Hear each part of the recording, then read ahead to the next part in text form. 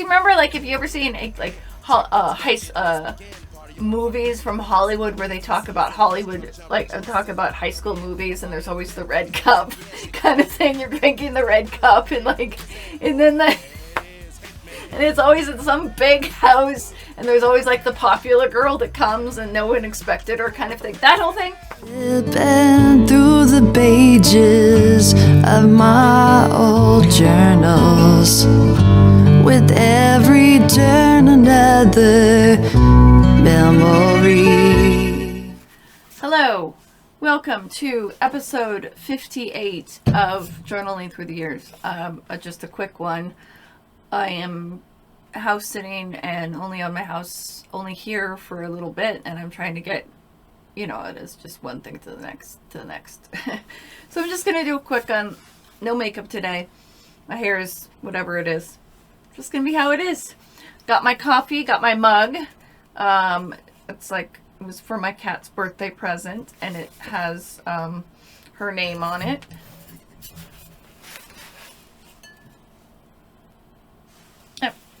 And it has a little poem. But anyways. So we were talking about Bird Boyfriend. We're going to go more to Bird Boyfriend and how that all came about. And also my first actual date, but it wasn't with Bird Boyfriend. So I start out by saying, okay, it's tomorrow. Because, okay, it's tomorrow. Well, actually today. But actually yesterday I was saying today was tomorrow. And then I quote this friend of mine. Wasn't it just yesterday we were calling today tomorrow? Quote JC. So another person I knew at camp, he was, when I was a camper, he was like a clasp, and he said I was pretty, even though I was a camper, and I think he was like close to being a senior or something. And I used to call him and talk to him on the phone, and it was about midnight, and it was like 12:01, and one time he made this joke, wasn't it just yesterday we were calling today tomorrow? I was boy obsessed, but I was also looking for something to distract me, even at that young age. I was teaching myself that romantic relationships could be a distraction from, and that almost a rescue from the pain and okay. But anyways, on with the MJ relationship, the Birdman relationship, bird boyfriend.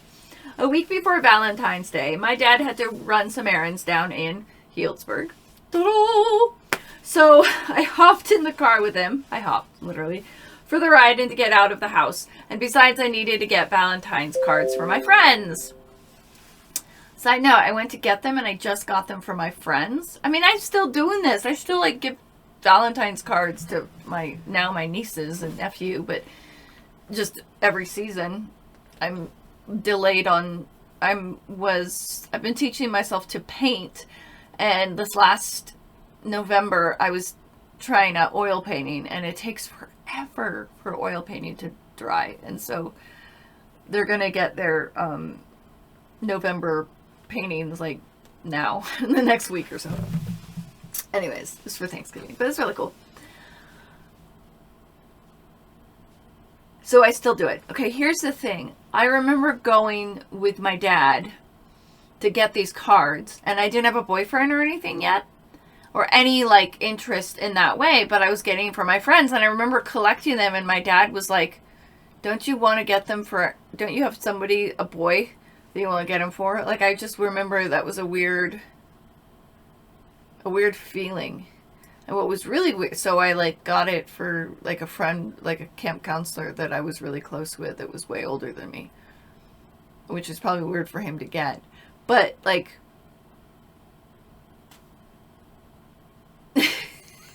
just weird. Why do you say that?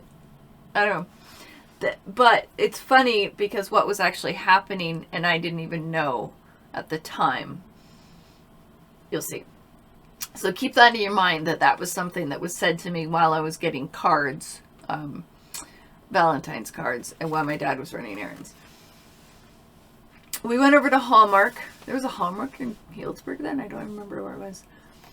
He went in Safeway and then came back to Hallmark, and I bought my cards. My dad had to pick something else up at Van May's, which was a grocery store when I was a kid. in town, and I had to get one more card. Bird boyfriend, who was not bird boyfriend at the time. I didn't even know him. And my friend Bad A's boyfriend, Jay, nicest guy in the world. I need to find him again. Went to Bad A's to get something, and Jay ran in to get it. I saw Jay and was talking to him, and Bird boyfriend, just call him Bird, saw me and did a double take. Seriously? And said to himself, I want her number. She's pretty.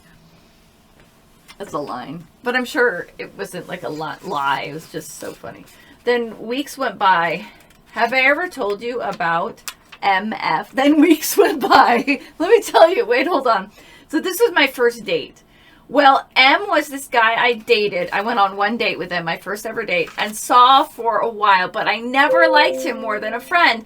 But Bad A insisted that I see him and kept on pushing me to like him. I mean, really, like, Bad A, bad friend. She convinced me that in time I would like him, but I never liked him. Nothing ever came of it. Sparks never flew. Which is funny that I feel that when you are in a place of trying to escape from your pain and use an addiction, whatever it is, for me, relationship addiction, I find myself more attracted to a dysfunctional type, or something not necessarily even abusive, just not necessarily healthy themselves. Codependency. And this guy wasn't. This guy was like a nice, normal guy. Probably would have been a nice boyfriend. I wasn't attracted to him. There's one thing there. I wasn't attracted to him. But at the same time, I think to me there's a pattern of not being attracted to people that actually take care of themselves. Something I'm learning. And trying to switch as I take care of myself. No longer being attracted to dysfunction. Okay. Because of that, I lost a great friend. Maybe temporarily. Because it changes. Something happens. Just wait. If only I could get through to him and tell him that I'm sorry and I always just wanted to be his friend. Get through to him. It's just so interesting. Like, I always felt like I had to save things or feel like I wanted to, I felt like I had to save, or ask for forgiveness. I couldn't have anyone dislike me. It wasn't my fault. It wasn't even his fault. It's like somebody else had an agenda. Sorry. I always just wanted to be his friend. But anyway, back to the barn. No, anyways, because I think it's like anyways. I don't know when you're supposed to say anyway or anyways. M was given a surprise birthday party for his 18th birthday. Bad A invited me and my friend B to come along with her. B was going to meet M and they were going to meet. Well, you know, like they're gonna see if Bad A really wanted to M to have a girlfriend. Like, he really wanted someone, so Bad A was like, I'm gonna find you a girlfriend. Just let it happen. And Bad A was like, I helped him. He doesn't have bad acne and he doesn't work at McDonald's or whatever. Like, I helped him. She was always like thinking that she had rescued someone and made their life better. You know, that was like her gimmick or what she was saying, even though she was not. She had her own issues. Take care of yourself. I mean, it was probably her problem. I went along with B, trying to cheer her up and make her feel more comfortable while I felt uncomfortable, shy, and out of place myself. Aw, that's a good friend. We are good friends, the two of us. I just went along for B to meet M with B, and because I had nothing else to do, I had a boring, although I was content, life back then. I had a boring, content life back then. I was content, but it was kind of boring. I never expected to meet Bird boyfriend. I mean, Bad A, no. Jay, her boyfriend, told me that that Bird Boy would be there only for a little while, or might not be there at all. I guess that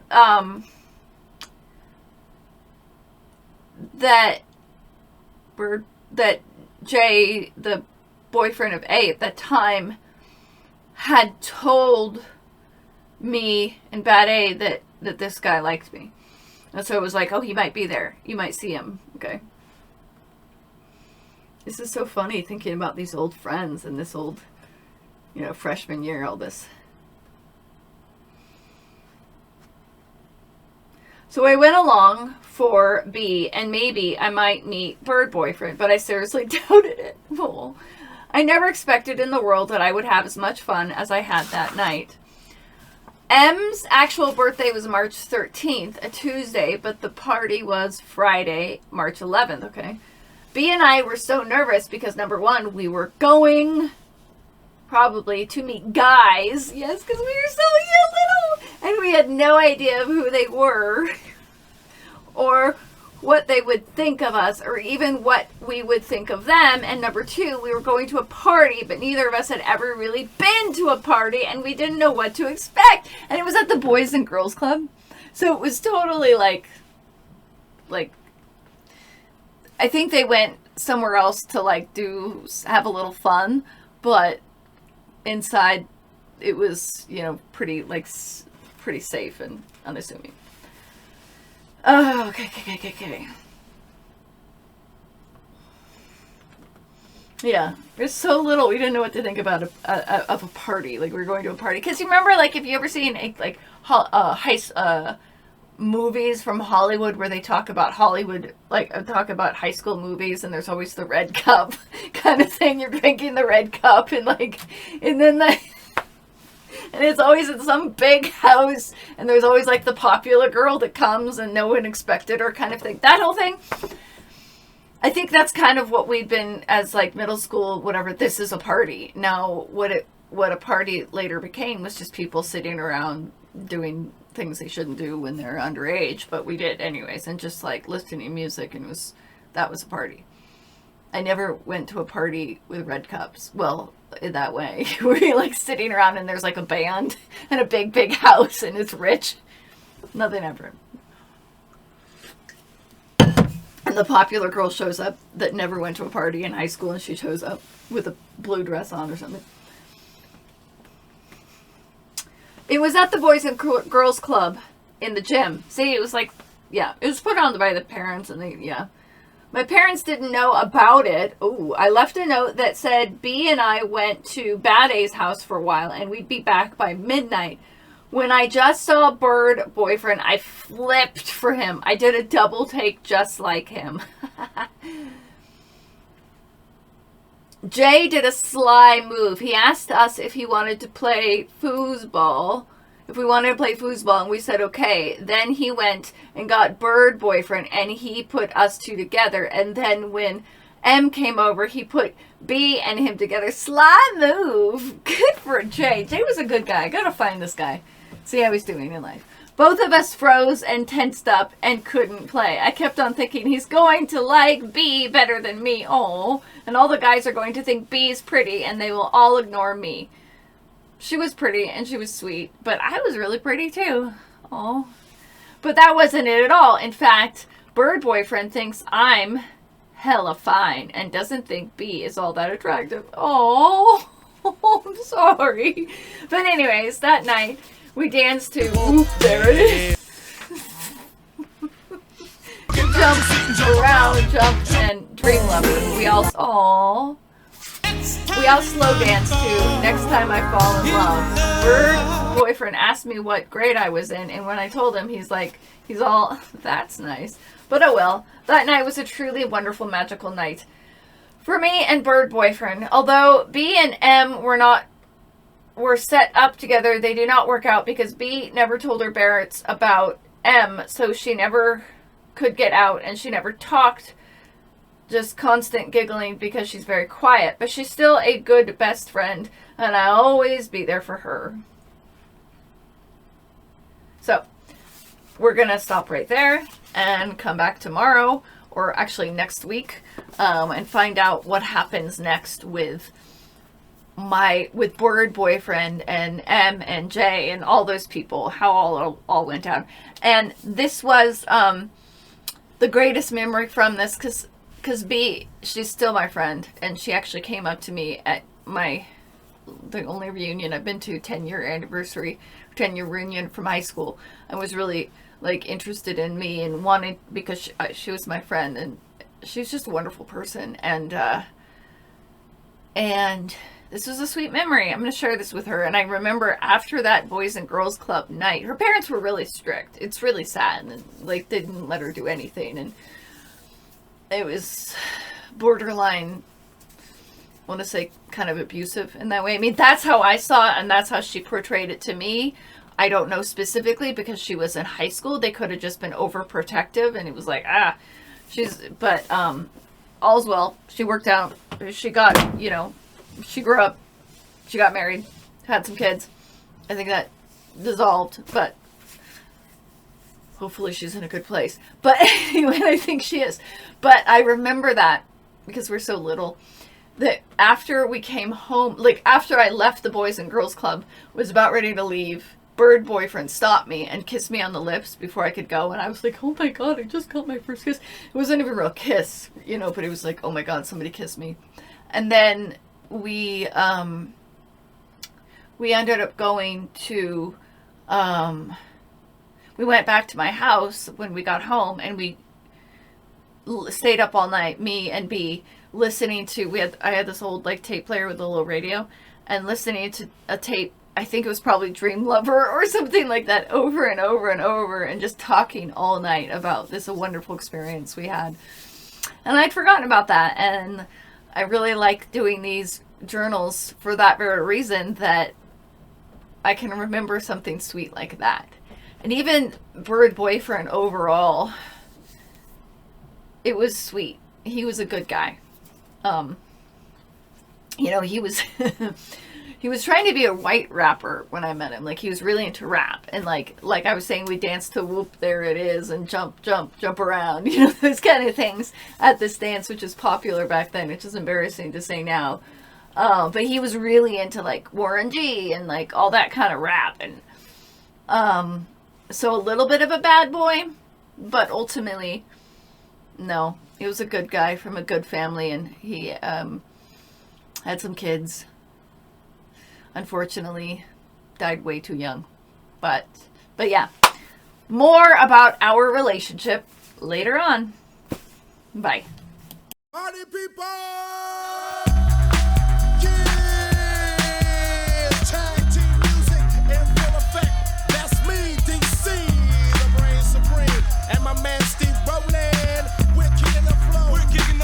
Goes a little something like this. Tag team back again. Check it, direct it, let's begin. Party on, party people, let me hear some noise. DC's in the house, jump, rejoices. There's a party over here, a party over there. Wave your hands in the air, shake the dairy, yeah. These three words mean you're getting busy. Whoop, there it is, hit me. Whoop, there it is. Whoop, there it is. Whoop, there it is. Whoop, there it is. Whoop, there it is. Whoop, there it is. Whoop, there it is. Whoop. Upside down and inside out, I'm about to show all you folks what it's all about. Now it's time for it to get on the mic and make this party hype. I'm taking it back to the old school, cause I'm an old fool who's so cool. If you wanna get down, I'ma show you the way. There it is, let me hear you say. Whoop, there it is. Come on, y'all. Whoop, there it is. A little louder. Whoop, there it is. Come on, y'all. Whoop, there it is. Louder. Whoop, there it is. Come on, y'all. Whoop, there it is. A little louder. Whoop, there it is. Come on, y'all. Whoop, there it is. Whoop. Shaka, shaka, shaka, shaka. Whoop. Shaka, shaka, shaka, shaka. Whoop. Shaka, shaka, shaka. Whoop. Shaka, shaka. Point blank, gin and juice I drinking, bent as I puff on dank. Rock the mic, I crave skin rip. Find a honey dip to dip it in, slam dunk it, stick it, flip it and ride that B-double-O-T-Y, oh my. Ooh, that's it, come on, whoop, there it is, I'm done. Whoop, come on, whoop, there it is. Louder, whoop, give it to me. Whoop, come on, whoop, get louder. Whoop, let it hit. Whoop, come on,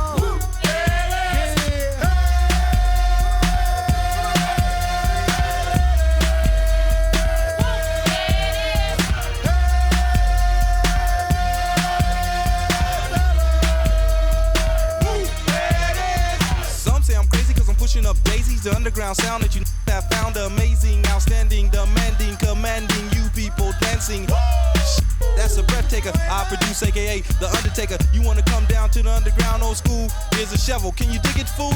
Can you dig it? We can dig it. Can y'all dig it? We can dig it. Can you dig it? We can dig it. Can y'all dig it? We can dig it. Can you dig it? We can dig it. Can y'all dig it? We can dig it. Can you dig it? We can dig it. Can y'all dig it?